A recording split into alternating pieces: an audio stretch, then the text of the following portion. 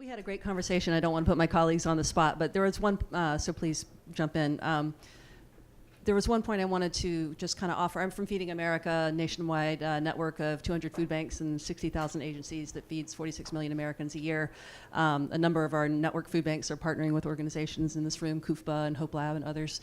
So as we ourselves are not an educational institution or organization, and as we're getting into the space of trying to understand and address campus food insecurity, how can human services organizations like Feeding America or Goodwill or YMCA or others, where's the sort of assessment that we can take for ourselves to figure out how are we ignoring this population? I know with feeding food insecurity, we just have all kinds of programs for child hunger.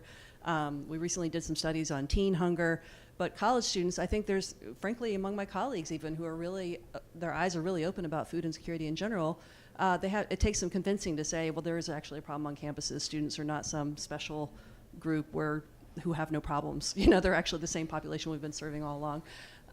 And we're all kind of serving that same population. So is there a checklist or something that we can use with ourselves and our colleagues to understand how we can partner with educational institutions to meet the need? So, thanks.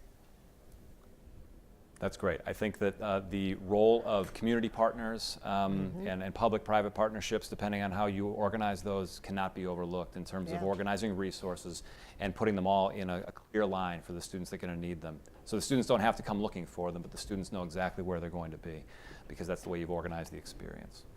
Yep. So I just wanted to add, one of the questions is how can you get BFA into the hands of key stakeholders across campus and campuses? I think too often we're in an echo chamber of it's the moral imperative and it's the right thing to do. That doesn't necessarily always appeal to our chief financial officers.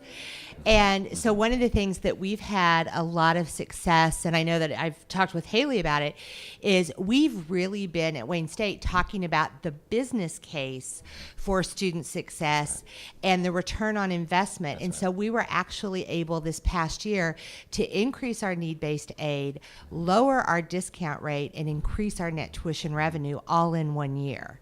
And so by really being thoughtful and strategic with what you're doing, and so those are stakeholders as well. And so then they can take that argument and they can go out. And so too often I think that we're just like, we should do this. It's right, it's right, it's right. But if you really want to move the cruise ship at the speed of a speedboat, sometimes you have to get the financial folks, you know, to help you buy a bigger engine as well. That is a fantastic metaphor. Very strong finish there, Dawn. Thank you.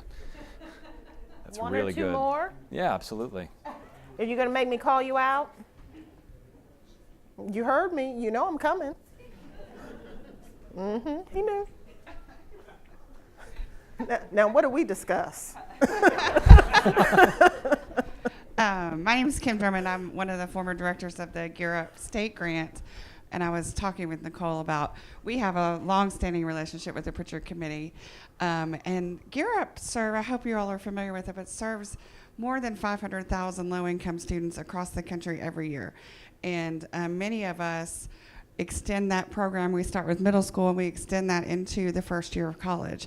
And so there are a whole bunch of Gear Up programs probably on your campus right now that have relationships, that are familiar with the needs of those students, that are perfect partners in this work. And we've been over here exchanging notes about why can't Gear Up come into a campus community and facilitate this process as an external third party.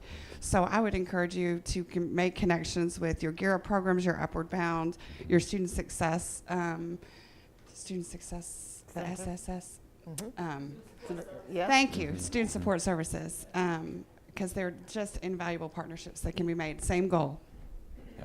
Not everything needs to occur within the four walls of your particular campus, right? There are a lot of ways to leverage relationships, coalitions, and economies of scale to make these things happen more quickly for all of your learners.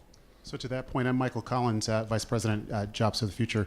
So one of the ways that I think that I'm thinking about in disseminating some of this is leveraging kind of existing networks. So JFF has supported over a decade now the Post-Secondary State Policy Network, and a part of that is the Student Success Center Network. These are 15 hubs in 15 states, and we primarily serve community college students, but over 60% of all community college students enrolled are in those states.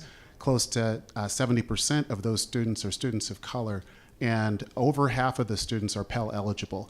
And so we want to get these resources to those hubs so that they could be disseminated out to the campuses in those states. So I guess thinking about this networked, there are existing networks that can be used as channels to disseminate. So we'll be doing that with these resources and just calling that out because there are other existing networks that might be leveraged. Excellent, thank you. And right across the table? Not that I did this over lunch, but just a sort of a point that I do think it's important to make is there are community partners and government partners to work with it. Sometimes the work takes a long time. And so, for example, we've been working for 10 years to get a bus route to campus.